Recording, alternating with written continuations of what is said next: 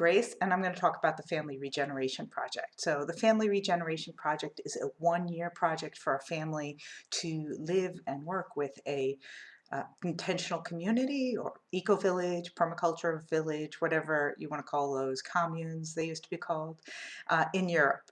So it's a one-year educational program and just getaway kind of self-development program where an entire family of 4 people gets away to Europe and gets to spend some time learning about this new regenerative way of living. I created this as part of my Sufficiency Currency, which is a project that's working on coordination among these different types of intentional communities and peer-to-peer comments. So this video is for people who might be considering going to the Family Regeneration Project very specifically, and I'm going to go over a number of things here. I'm also going to put up a slide with some time stamps, so if you just want to hear part of it, you can skip around a little bit. Probably, since it's a one-year program, you want to hear everything you can. It should be a 15-20 minute video. You'll hear about me, about the program, what it gets, what you get, what it costs. Why you'll hear about the application process and the down payment, how it is traveling around Europe to these places during the coronavirus, which is what I'm doing, and how they're dealing with that, of course, which may be of interest to you. And then maybe I'll tell you a little bit more background about why I'm doing this, what this is all about. So, about me. So my name is Grace. I have 2 children. I'm originally from the United States. I was 5th generation American. I moved to Israel after finishing my university time. I raised my children in Israel. And when my children got old enough to join the army, which is what you do in Israel, I left to travel in Europe, to live in Europe, actually. I've always been involved in I guess looking for a better future, right? It might be the peace process in the Middle East, or I've been involved in technology. I've been a technology professional for 30 years. I've been working in blockchain for the last 3 years, looking at this problem of governance and coordination, right? How can we find ways to improve our democracy? And certainly distributed ledger technology has some promise in that area, although we'll see, right? New technology, new ideas. And the Sufficiency Currency Project came out of a number of workshops that I had been teaching, because I have done work with several hundred, actually, different ICOs, blockchain companies, and I had been seeing sort of these ongoing assumptions that weren't working. I thought they were not going to work when they started, but now after a few years we can really see that some of these assumptions about changing the monetary systems were incorrect. And I thought, well, what can we do next? And I guess why I'm doing this is I want a better future for my children. You look at I'm just a general middle-class person, always have been. My family has been for many generations. And my kids are looking at this future where, like, how am I going to afford college? How am I ever going to afford a mortgage? How can I have a decent life? And it's becoming harder and harder. And so my investigation and my pilot experiment here is about creating new forms of economy that'll give a better future for ourselves. And it's not just about the monetary system, right? It's about this regenerative system. Like, how do we make sure that the earth is sustainable? And that's why I ended up working with intentional communities. And I thought, well, this is a great place to start experimenting with new forms of coordination, new forms of money, currency, whatever you want to call that, new forms of governance. And so that's what I've been doing with this Sufficiency Currency project. So funding for the Sufficiency Currency Project is going to be about this program that you're hearing about right now, right? It's a one-year program. And the idea is that you and your family would be placed in an intentional community, eco-village, something like that, in Europe. Spain, Italy, and France. Right now I'm visiting those places. The cost of the program is somewhere between $200,000 and $300,000, so probably about $250,000. For the family of 4, it includes your accommodation. It includes training programs to help you adjust also to this different way of life. I mean, obviously it's very different than what you've been used to. Living in a community does require some emotional resilience, dealing with other people, a very different lifestyle. And also, whatever you and your children, your family have to go through in order to make that kind of transition. We're going to be providing coaching sessions and training sessions around that. You'll also get training around permaculture or regenerative building practices, whatever it is that is happening in your eco-village. All of these eco-villages are trying to live more in harmony with nature. And so throughout the year, there'll be at least 4 programs that my team will be running around the adjustment to this lifestyle and around personal development, whatever's coming up between you and your family, those things will also come up. I mean, in some ways, what I'm saying is you're swapping a set of problems that you've got right now, which may be, isolation, right? It may be, you just can't deal with the air quality where you are if you're in California. It may be something like my children are, have never had to work and they're getting to be teenagers and we need to think about, how do we, I don't know, teach them about real life, right? I don't know. Whatever it is for you and your family, you're going to be swapping some of those problems out for new problems, which is, oh, how do I live with 10, 20, 30 people? And some of the problems will stay the same that you've got, right? And it'll be some way of bringing that up in a new environment, saying, I'm going to take a year out and really focus on these things and upgrade myself. And so the training program is designed for that. It's not a concierge program, though. If you don't get along with somebody in the eco village, we'll give you the coaching, but we are not going to fix the problem. It's really about upgrading your personal skills. It's really about dealing with whatever's there for you. Most people who've lived in intentional communities for any amount of time say it's like one long ongoing self-help course, and it's the most rewarding one they've ever done because you really are in this environment where you're building something together. So in the program, what we'll do is we'll fit you with a place that makes sense for you, right? So if all that sounds good, you'll want to hear about the rest of the video, but like basically the conditions are on the website, which means, family of 4, could be 3, could be 5, we'll work out the details. We'll interview you about what kind of place you want. And as I said, I'm personally going to these places and making sure, what the environment really is like for people. About $250,000, that should be an easy amount for you. If it isn't, this program really isn't for you and your family. It's for people who that is a convenient, comfortable amount of money for a 1-year program. And like I said, it includes food and board and all that. And so how does that work, right? How does the application process go? How is this going to look? So this is how it's going to look.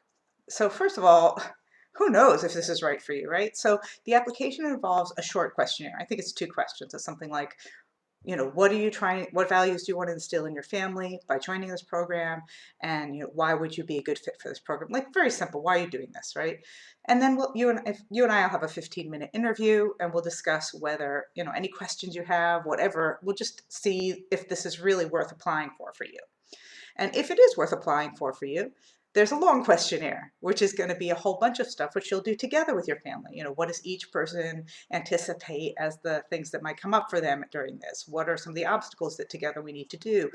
What are the types of eco-villages you're interested in? What languages do you want to speak? Is France good, or is Spain good, or do you have Italian roots and Italy is good? We have a lot of different types of places that that we can offer.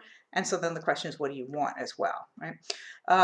So that's the long questionnaire, and that'll be something that you do together with your family. And then there'll be at least 1 interview with me and my partner, who's my co-facilitator, and then probably later on in the process, we'll have additional interviews. But that's the basic process, right? And if you get through those 4 steps, you'll be asked to put down a $10,000 deposit to secure your place, what the $10,000, it's non-refundable deposit. And what that does, it allows me to spend 2 or 3 months doing all the research, taking care of everything. Like, we'll take care of your visas, right? You'll want to be on a learning visa, looking into the health insurance for you and your family, making this, getting all the contracts together so that we can do this 1-year program. So that's what the $10,000 deposit goes to, and we'll only be taking that from 5 people. This is a program for 5 families. We don't have more room than that. It's by word of mouth.